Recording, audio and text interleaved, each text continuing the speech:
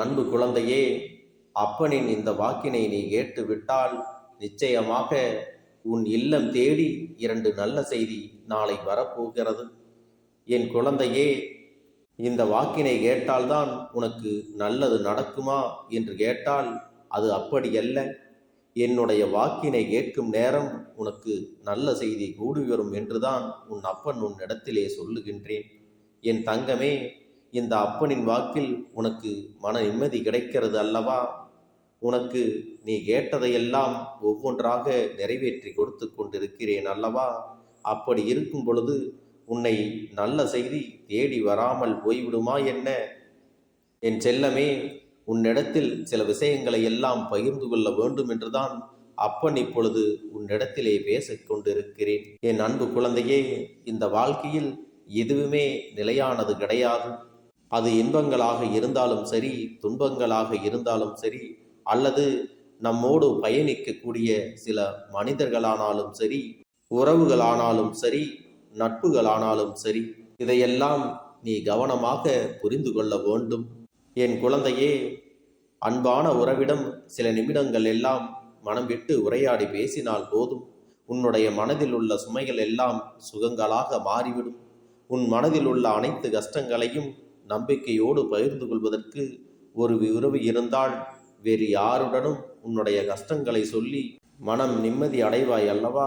என் பிள்ளையே, உன்னிடத்தில் உண்மையாக பழகுகின்ற சிலரிடத்தில்தான் உன்னுடைய உண்மையான கஷ்டம் என்ன, உன்னுடைய வலி என்பது புரியும். உன்னுடைய இதயத்தில் துடிக்கின்ற ஓசையை எல்லாராலும் கேட்க முடியாது. ஆனால் உன் மனதிற்குள் அழுகின்ற ஓசையினை இந்த அப்பனால் மட்டும்தான் கேட்க முடியும். என் குழந்தையே, உன் அப்பன் இப்பொழுது உனக்கு அந்த உண்மையான உறவினை காட்டத்தான் வந்திருக்கின்றேன். என்னை தவிர வேறு யாராவது உனக்கு உண்மையாக இருக்கின்றார்களா என்பதை நான் தெரிந்து கொண்டு இப்பொழுது உனக்கு அந்த உண்மையான உறவினை தேடி வரச் செய்ய போகின்றேன். நாளை நிச்சயமாக அந்த நற்செய்தியானது உன்னுடைய காதுகளில் கேட்கும். அதை தேடி வந்து உன் வாழ்க்கையில் கொடுத்து உனக்கு இருக்கின்ற கஷ்டங்களுக்கு ஆறுதலாக அந்த உறவானது இருக்க போகிறது. ஒவ்வொரு நாளின் தொடக்கத்திலும் இந்த நாள் விடியும் போது ஏதோ ஒரு எதிர்பார்ப்போடு தான் நீ அந்த நாளை தொடங்குகிறாய் அல்லவா? ஆனாலும் ஒவ்வொரு நாள் முடிவிலும் நீ மிகப்பெரிய ஒரு அனுபவத்தை பெற்றுக்கொண்டுதான் இருக்கிறாய். நீ எதிர்பார்த்தது உனக்கு சில நாள் கிடைக்கவும் செய்யலாம், சில நாட்கள் அது கிடைக்காமலும் போகலாம். ஆனாலும் உனக்கு அதிலிருந்து ஒரு அனுபவம் கிடைக்கிறது அல்லவா? அது உன்னுடைய வாழ்க்கைக்கு அவசியம் என்பதை நீ மறந்து விடாதே.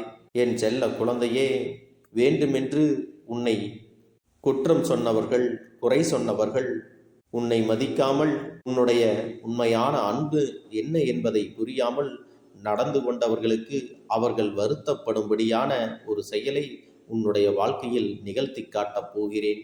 அதன் பிறகு அவர்கள் வாயாலேயே நீ குற்றமற்றவர், உன்னிடத்தில் எந்த தவறும் இல்லை என்பதையெல்லாம் மற்றவர்கள் உணரத்தான் போகிறார்கள்.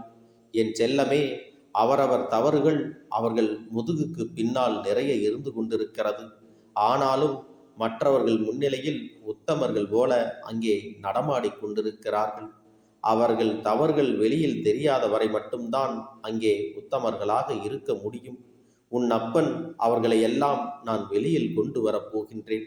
அவர்கள் குற்றங்களை நான் வெளியில் தெரிய வைக்கப் போகின்றேன். என் செல்லமே, நீ கலங்க வேண்டாம். உன்னுடைய வாழ்க்கையில் பல நல்ல மாற்றங்கள் நாளை நிச்சயமாக நடக்கும். வாழ்க்கையில் நீ எதை வேண்டுமானாலும் இழந்துவிட்டு போகலாம். இனி இது நமக்கு தேவையில்லை என்று நிச்சயமாக எந்த ஒரு பொருளை வேண்டுமானாலும் நீ இழக்கலாம். ஆனால் நல்ல விஷயங்களை கூறும் மனிதர்களை, உனக்கு நல்லது மட்டுமே நினைக்கும் மனிதர்களை, நீ நன்றாக இருக்க வேண்டும் என்று நினைக்கும் சில உள்ளங்களை எல்லாம் நீ ஒருபோதும் இழந்து விடாதே. ஏனென்றால் நல்ல மனிதர்களை காண்பது இப்பொழுது மிக அரிதாக இருக்கிறது. யாராவது ஒரு சிலர் அங்கே நல்லவர்களாக இருப்பார்கள். அவர்களை எல்லாம் நீ அடையாளம் கண்டு ஒருபோதும் கைவிட்டு விடாதே. அவர்களை மரியாதை இல்லாமல் நீ நடத்தி விடாதே. ஏனென்றால் அவர்கள் உன்னுடைய வாழ்க்கையின் உயர்வுக்கு மிக முக்கியமான பங்கினை ஆற்றப் போகிறார்கள் என்பதில் எந்த ஒரு மாற்று கருத்தும் கிடையாது.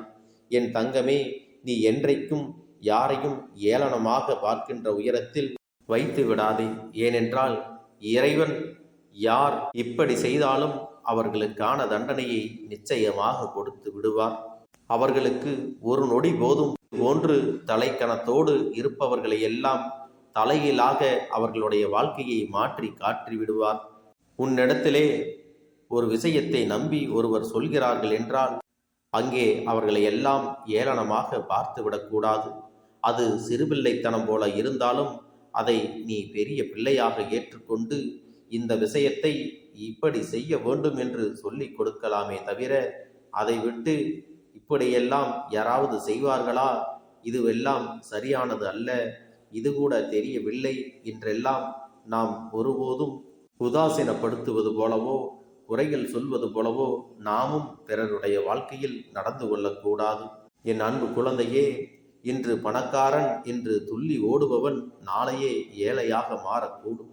இன்று ஏழையாக இருக்கிறோமே என்று வருத்தப்படுபவன் நாளை பணக்காரனாக மாறக்கூடும். நொடியிலேயே எல்லோருடைய வாழ்க்கையும் தலைகீழாக மாறுவதற்கு நிறைய வாய்ப்புகள் இருக்கிறது என்பதை நீ மறந்து விடாதே. என் செல்ல குழந்தையே, உன்னிடத்தில் பணம் இருக்கிறது என்ற ஆணவம் எப்பொழுதும் உன் தலைக்கு ஏறக்கூடாது. அப்படி ஒரு சூழ்நிலை உனக்கு வந்து விட்டால் உன்னை நீயே அமைதிப்படுத்தி உன்னை தெளிவுபடுத்தி கொள்ள வேண்டும். இந்த கருப்பனிடம் வந்து உன்னுடைய உண்மையான மனநிலை என்ன, உண்மையான செல்வம் எது, உண்மையான புகழ் எது, உண்மையான நிம்மதி எது என்பதை பற்றியெல்லாம் நீ தெளிவு பெற்று செல்ல வேண்டும். இந்த அப்பன் உனக்கு என்றுமே நல்ல அன்போடு அறிவினை புகட்டி கொண்டுதான் இருப்பேன். நல்ல புத்தியினை உனக்கு நான் கொடுத்து கொண்டுதான் இருப்பேன். யாரையும் எந்த ஒரு சூழ்நிலையிலும் ஏளனமாகவும் கேவலமாகவும் நீ பேசிவிடாதே. என் தங்கமே, உன்னுடைய சில நடவடிக்கைகள் மற்றவர்களுக்கு மிகுந்த வருத்தத்தை ஏற்படுத்துகிறது.